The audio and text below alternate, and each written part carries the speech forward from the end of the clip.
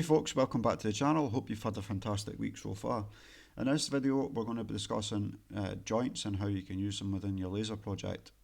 I've just drawn them up in SketchUp here. I'm going to show you how I export them. I've actually got an extension that you can get from the extension warehouse. It's called Face SVG. What I always do is move my project over to the left hand side of the axis there because it always writes it in the bottom corner there. You'll see in a second. So once you've got that, it's just a case of clicking on it again and then writing SVG profile. When you're doing this though, you must always put .svg at the end of whatever it is you're calling it. So for instance here I'm writing joints and then putting .svg. I'm not going to save it because I've already got it saved. So yeah, make sure you always put .svg at the end of that file, or otherwise it won't work. Now that we've got it open, we just need to select it all, copy it and paste it into Lightburn, where we can obviously set it up and make it laser ready.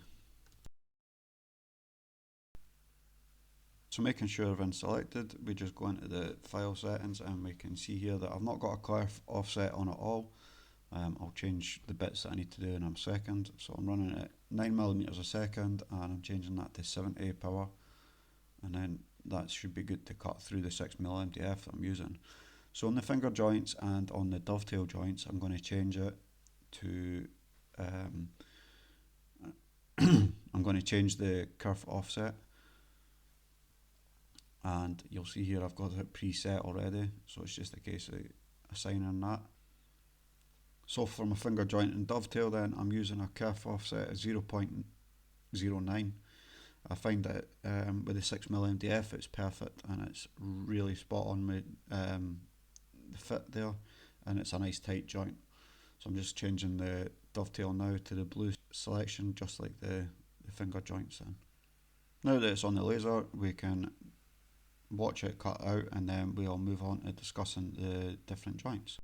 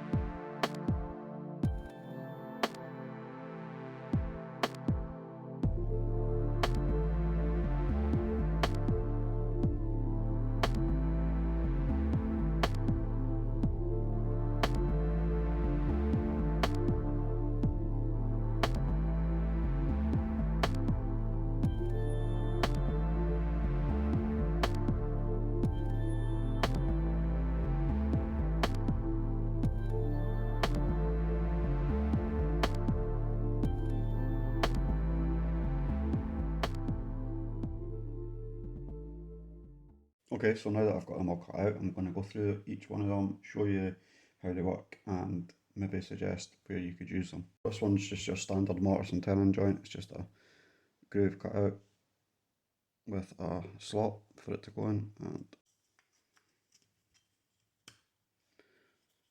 it just butts in like that, and then you've got the smooth face on that side. It's quite nice. You can use this to your advantage if you're doing different joints and make it part of the design.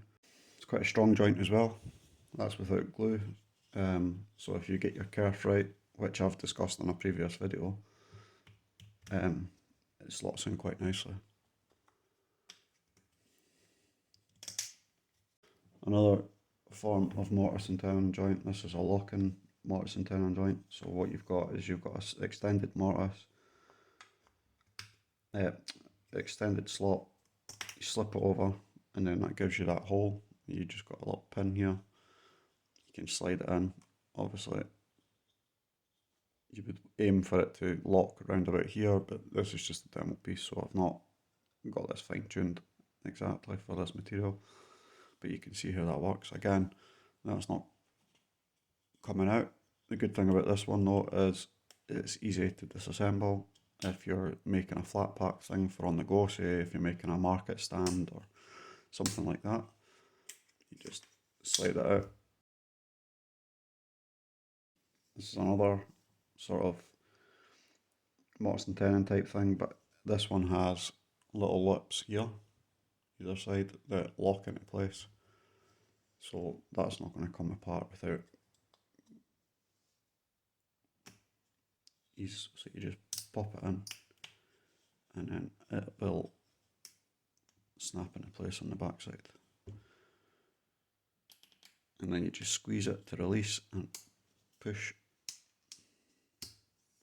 and it comes out.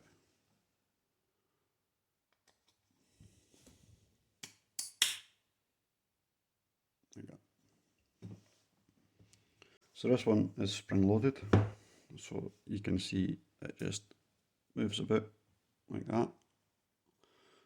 So to put that in, you just pop it in there like that, push these down to line up, push them through the holes there, so that it locks in place and snaps into position there.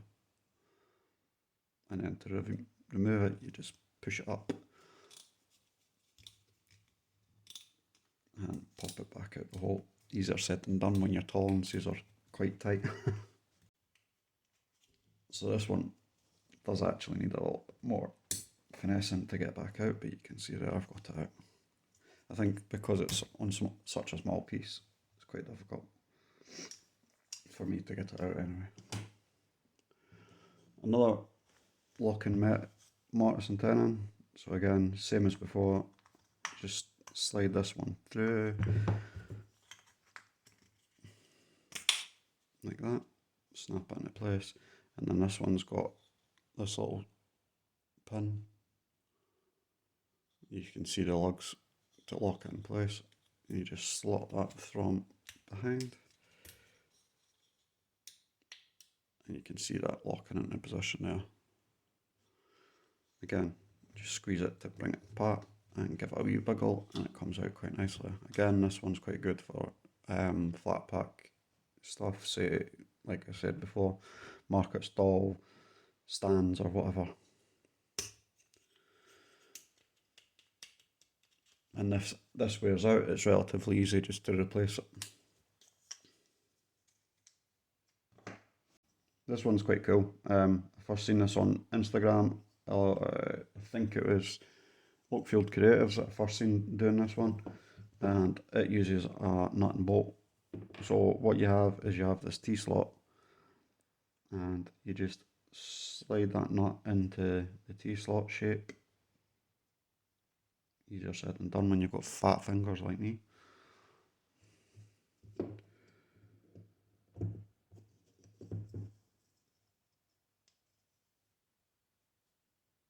And then you pop this one on the top there.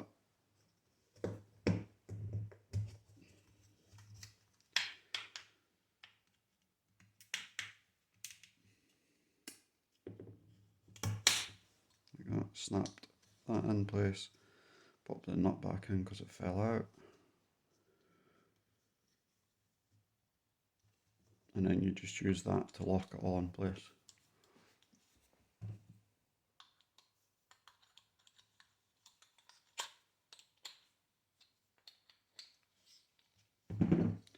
So the good thing about that is it's not coming apart. The T-slot stops the nut from rotating. Those two locator nut grooves stop the piece from rotating. So that is actually a really mechanically sound joint, and it's not going to go anywhere anytime soon. And it's glue free as well, which is a bonus. This one's another version of the mortise and tenon, but this one's got a little hook on it, so it locks into position in a downwards motion. So you pop it in like that, and then just slide it down. Again, another handy one if you are doing something flat back, or if you've got something you're going to take up and down quite often. This one is really good. So here's a bit of a fancier one if you're just fancying showing off and doing something a bit different. So this is for like internal joints. Say if you're doing a divider for tools or something like that. just slide it through.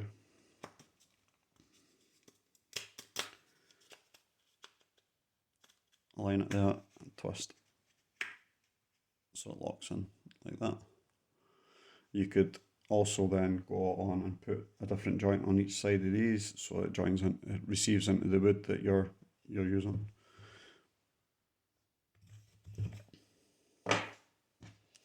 Another version of that one then is just a simple slot joint.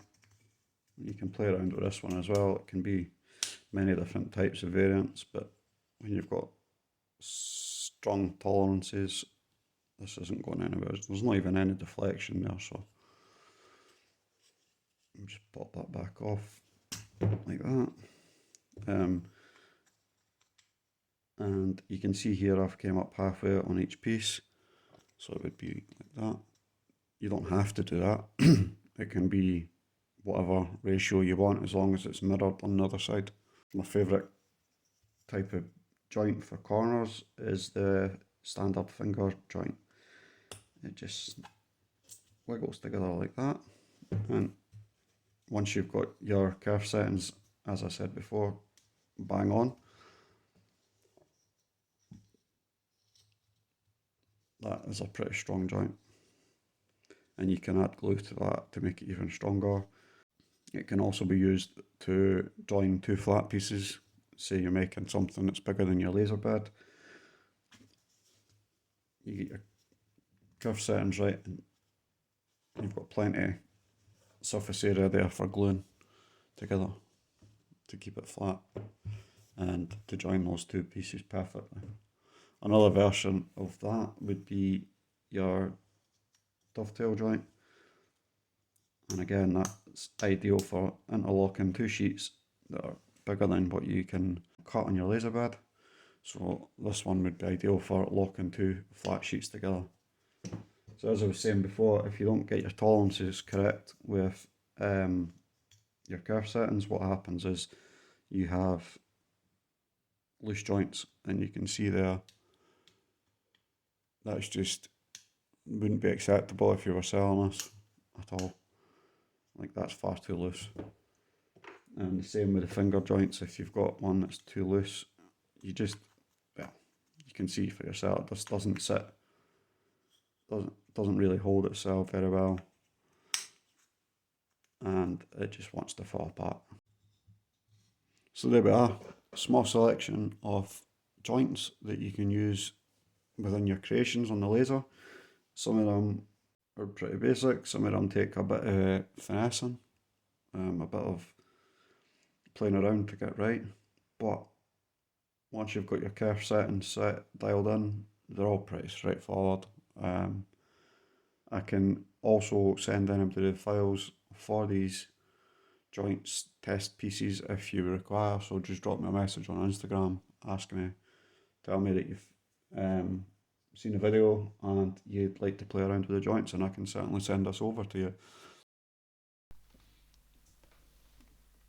As always guys, if you found this video helpful and you've learnt something new, please do consider subscribing and hitting that thumbs up button. It really does help the channel out a lot, and I really appreciate each and every one of you.